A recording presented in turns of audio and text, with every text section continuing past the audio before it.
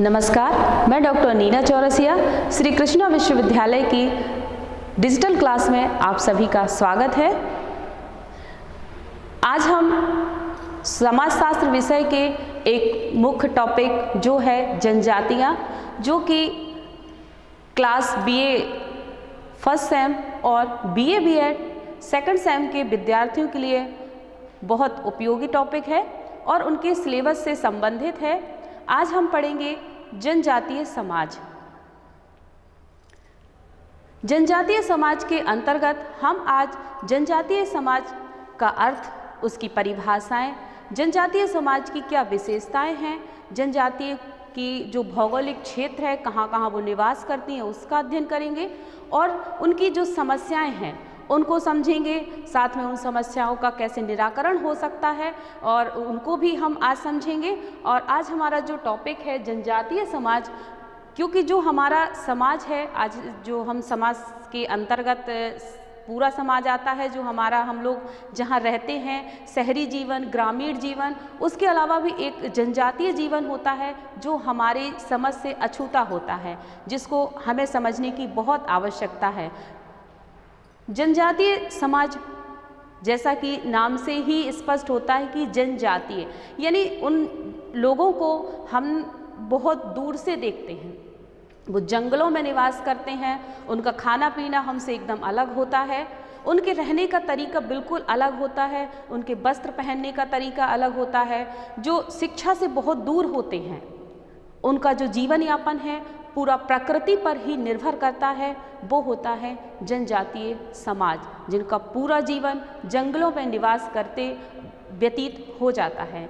जनजातीय समाज के बारे में हमारे समाजशास्त्रियों ने बहुत अध्ययन किया है, उनके सुधार के प्रयास भी किए हैं, जिसमें से पिडिंग्स जो समाजशास्त्री हैं, तो पिडिंगसन के अनुसार व्यक्तियों के उस समूह को हम जनजातियों के रूप में परिभाषित करते हैं जो सामान्य भाषा बोलते हैं, सामान्य भूभाग में रहते हैं और जो कुछ ना कुछ जो उनकी सांस्कृतिक विशेषताएं होती हैं उनको एक साथ करते हैं, वो जनजातीय समाज कहलाता है। दूसरे हैं मजूमदार। जो मजूमदार समाजशास्त्री थे, उन्होंने कहा है कि कोई जनजाति परिवार का ऐसा समूह है जिसका एक समान नाम होता है, जिसके सदस्य एक निश्चित भूभाग में रहते हैं। तो परिभाषाओं से स्पष्ट यही होता है कि जितने लोगों ने अभी तक समाज जो जनजातीय समाज है उस पर अध्ययन किया है, उसमें सभी ने एक उनकी विशेषताएं बताई हैं कि उनका एक निश्चित भूभाग होता है, निश्चित वंश होता है, निश्चित नाम होता है और उनका जो भौगोलिक क्षेत्र है वो भी निश्चित होता है। वही जो जंगलों में निवास करते हैं वो जनजातीय समाज कहलाते हैं। जनजातीय समाज की विशेषताओं को हम अब पढ़ेंगे, जिसमें से पहली है कि प्रत्येक जनजाति का एक नाम, यानी जितनी भी जनजातियां हैं, जैसे भील हो गया, गौड़ हो गया, कोरकू हो गया, इस तरीके से उनके अलग नाम होते हैं। और हमारे समाज में जहां हम रह रहे हैं वहां पे भी जातियों को विभाजित किया गया है कई नामों से। उसी तरीके से जनजातियों में भी बहुत सारी जातियां हैं जो अपने नाम के अनुसार काम करती हैं। दूसरा इसमें सामान्य भूभाग, जो हमने अभी परिभाषाओं में भी स्पष्ट किया है कि इनका एक भूभाग मतलब एक एरिया जिसमें क्षेत्र में निश्चित वहीं पाए जाते हैं और वहीं वो रहते हैं। फिर है सामान्य भाषा, इनके बोलने का जो समझने का जो तरीका होता है वो दूसरी जातियों से भिन्न होता है और वो अपनी भाषा जो उनके जाति के अकॉर्डिंग या जो उनकी मातृभाषा होती है उसी के अकॉर्डिंग वो लोग अपनी भाषा का उपयोग करते हैं और एक दूसरे के शब्दों को समझते हैं। फिर है सामान्य संस्कृति। संस्कृति भी इनकी बिल्कुल अलग होती है। जितनी जनजातियां होंगी उनकी अलग पूर्वज होंगे, अलग उनका पूजा का स्थान होगा, उसी तरीके से उनकी संस्कृति एकदम अलग होगी। कुछ जनजातियों में मातृवंशीय परिवार भी पाए जाते हैं, जो कि एक उनकी संस्कृति का उदाहरण है। फिर शिक्षा का अभाव, चूँकि ये जनजातीय लोग, जैसा कि हमने अभी पढ़ ही लिया है, अध्ययन किया है कि जो जनजातीय समाज होता है वो जंगलों में निवास करता है, तो जो जंगल में निवास करेंगे तो उन जनजातीय समाज के पास स्कूलों की व्यवस्था नहीं हो पाती है, और वो जिस तरीके से प्राकृतिक वातावरण है उसी के अनुसार अपने बच्चों को ढालते रहते हैं और अपनी परंपरागत शिक्षा देते हैं, लेकिन उनका जो आधुनिक शिक्षा है उससे वो वंचित रह जाते हैं। अगला है आत्मनिर्भरता। आत्मनिर्भरता का अर्थ होता है जो पूरे तरीके से अपने ऊपर आत्मनिर्भर हो। वो जो जनजातीय समाज होता है वो पूरा उनका परिवार हो या उनके आसपास के जितने भी सदस्य हैं सारे प्रकृति पर ही निर्भर रहते हैं। प्रकृति की लकड़ी, उनका फल फूल, कंदमूल, वहाँ जो भी उनको प्राप्त होता है, जड़ी बूटियाँ हो गई, पत्ते हो गए, तो उसी से ही अपना जीवन यापन करते हैं, उसी से अपने रोजगार निर्मित करते हैं। फिर एक विस्तृत आकार। हर जनजाति का आकार बहुत विस्तृत होता है। उनका जो क्षेत्र होता है, एरिया, जैसा कि हमने पहले ही पढ़ चुका है कि उनका एक निश्चित क्षेत्र होता है, तो वो अपने क्षेत्र के अनुसार ही अपनी जातियों को उसमें रहते हैं और उनका जो आकार है वो बहुत विस्तृत होता है। फिर है सामान्य निषेध। निषेध का अर्थ होता है किसी भी चीज़ को मना, मतलब वो चीज़ नहीं होती है। तो जो जनजातीय समाज होता है उसमें उनके कुछ ऐसे नियम होते हैं जो उनको लगातार उन नियमों को मानना पड़ता है।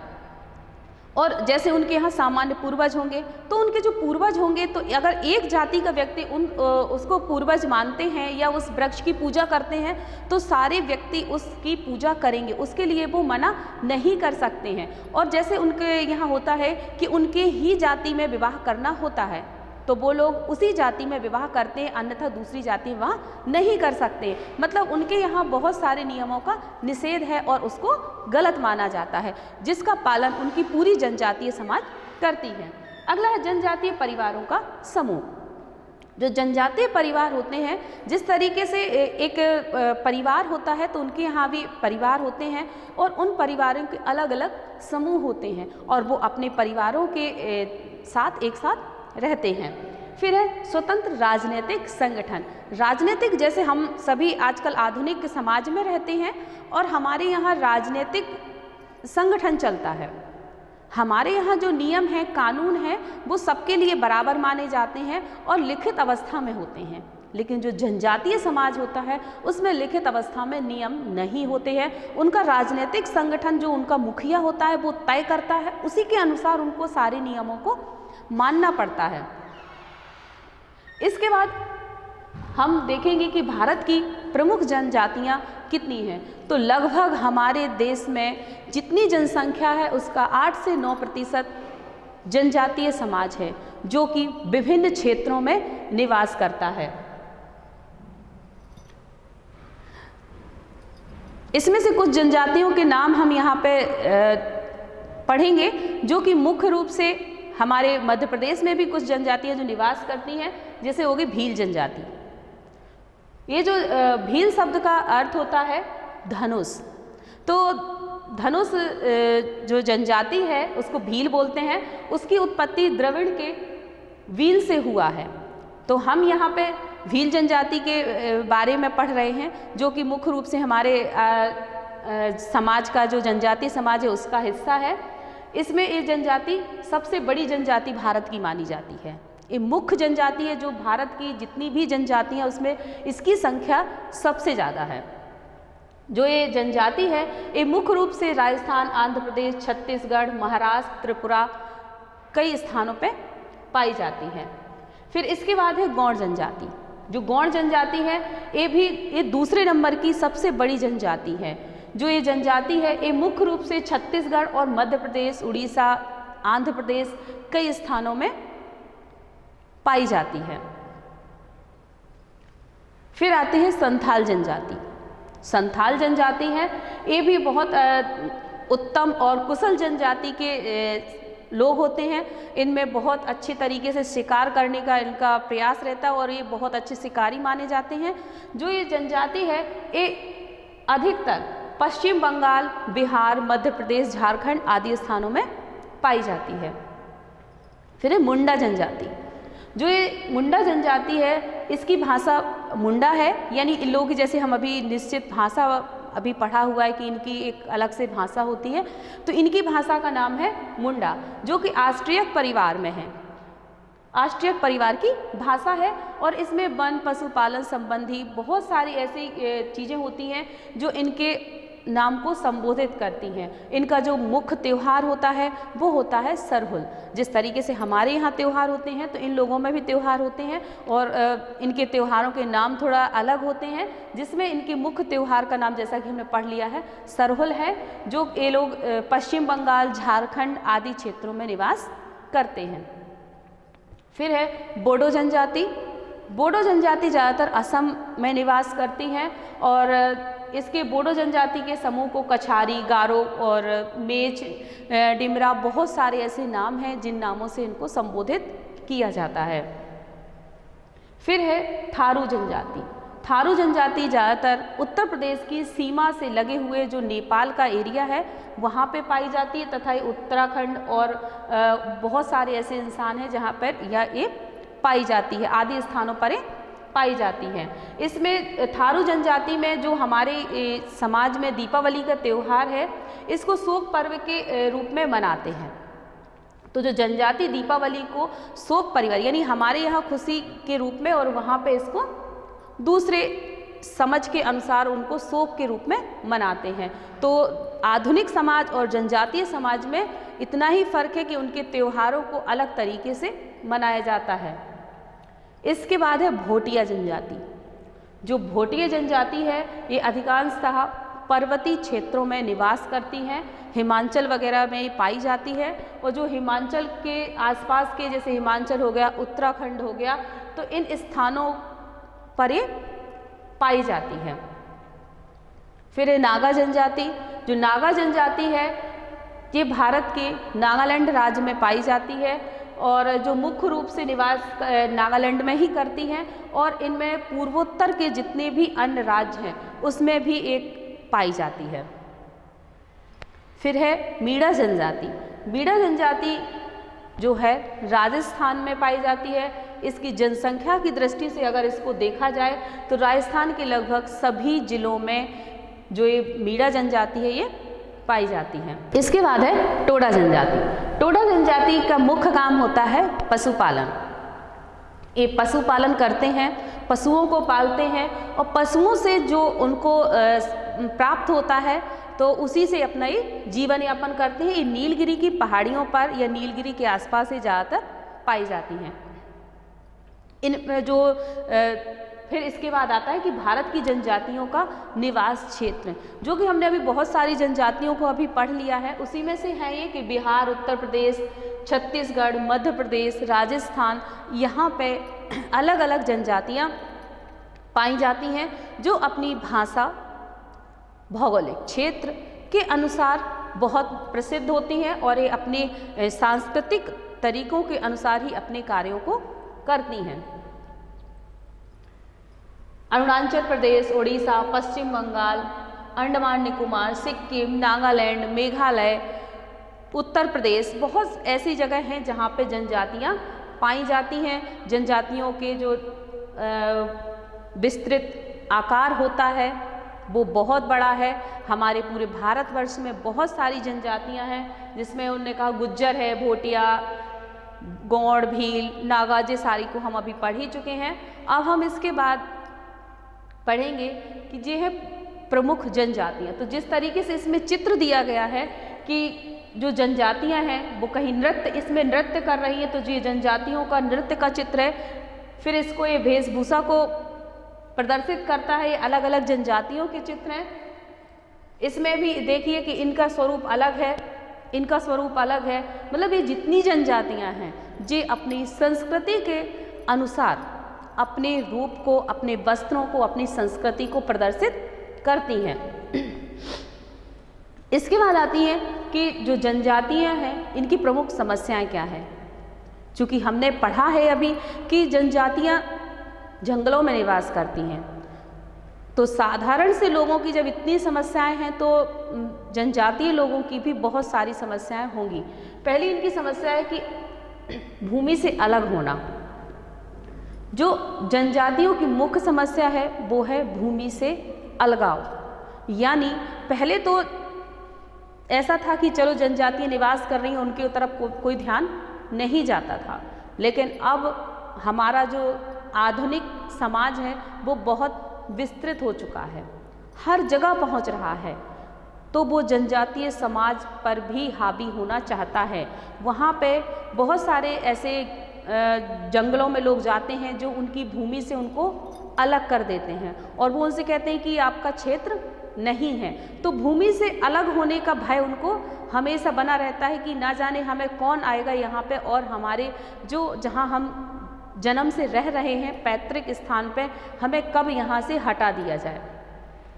तो सबसे बड़ी इनकी समस्या है भूमि से अलग होने का भय। दूसरा आता है अशिक्षा। चूँकि ये जंगलों में निवास करते हैं तो वहाँ पे ना तो इनके पास अच्छे स्कूल होते हैं, ना टीचर जाते हैं, तो ये आधुनिक शिक्षा से वंचित रह जाते हैं जो कि बहुत आवश्यक है। तो इनकी ये बहुत बड़ी समस्या है कि ये अशिक्षित रह जाते हैं। फिर बंधक मजदूर। बंधक मजदूर होता है जिनको हम बंधुआ मजदूर बोलते हैं। चूँकि इनके पास इतना उद्योग नहीं होते हैं इतने कि ये अपना जीवन यापन कर सकें, इसलिए जहाँ ये जंगलों में निवास करते हैं उसके आसपास जो बड़ी फैक्ट्री होती हैं या पास में कोई बड़े व्यापारी होते हैं उनके पास ही क्या करते हैं काम के उसमें जाते हैं। चूँकि ये जनजातीय हैं, बहुत मेहनती होते हैं, तो वो इन लोगों को रख लेते हैं और पहले तो इनको इतना पता नहीं रहता है कि मैं एक बंधक मजदूर की तरह काम करूंगा और बेचारे उसमें काम में लग जाते हैं। लेकिन धीरे धीरे जो बड़े लोग होते हैं या जिनको एक काम पे रखते हैं, व्यापारी, बड़े व्यापारी होते हैं, इनको मजदूर बना लेते हैं, वो भी बंधक। तो ये जीवन भर उनके यहाँ एक बंधक मजदूर की तरह काम करते रहते हैं। फिर है निर्धनता। निर्धनता मतलब इनके पास रोजगार नहीं होगा तो पैसा कहाँ से आएगा। निर्धनता तब आती है जब हमारे पास कोई काम नहीं होता है और इनके पास एक मुख्य व्यवसाय है केवल प्रकृति पर निर्भर होना।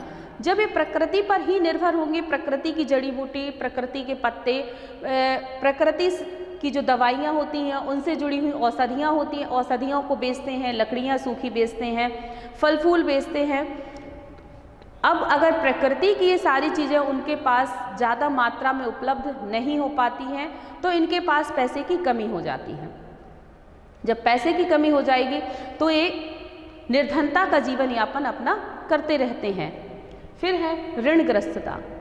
अब चूंकि वो निर्धन है इसलिए उनको ऋण लेना पड़ता है, तो जो आसपास के उनके साहूकार होते हैं या उनसे थोड़ा सा बड़े व्यक्ति होते हैं जिनके पास थोड़ा धन ज़्यादा होता है, उनसे ये क्या करते हैं ब्याज पर ऋण ले लेते हैं। लेकिन इनके पास चुकाने के लिए साधन तो है नहीं, इसलिए ये ऋणग्रस्त हो जाते हैं, जो इनकी बहुत बड़ी समस्या है। फिर नशे की लत। जो जनजातीय समाज के लोग होते हैं वो नशे के लत में लिप्त होते हैं। शराब पीना, बीड़ी पीना, तंबाकू खाना, इन सारी नशे की आदत इनमें लगभग बहुत सारे लोगों में पाई जाती है और इसी नशे की लत के कारण इनका जीवन थोड़ा सा निराशमय भी होता है। फिर है प्राकृतिक आपदाएं। प्राकृतिक आपदाएं वो कहलाती हैं जिसमें किसी का बस नहीं है, वो प्रकृति पर ही निर्भर करती हैं। ओलावृष्टि हो जाना, अनियंत्रित वनों की क्षति हो जाना। जो वन है अगर वहाँ पे पानी आ जाए उनके आसपास तो उनके घर भी अव्यवस्थित हो जाते हैं।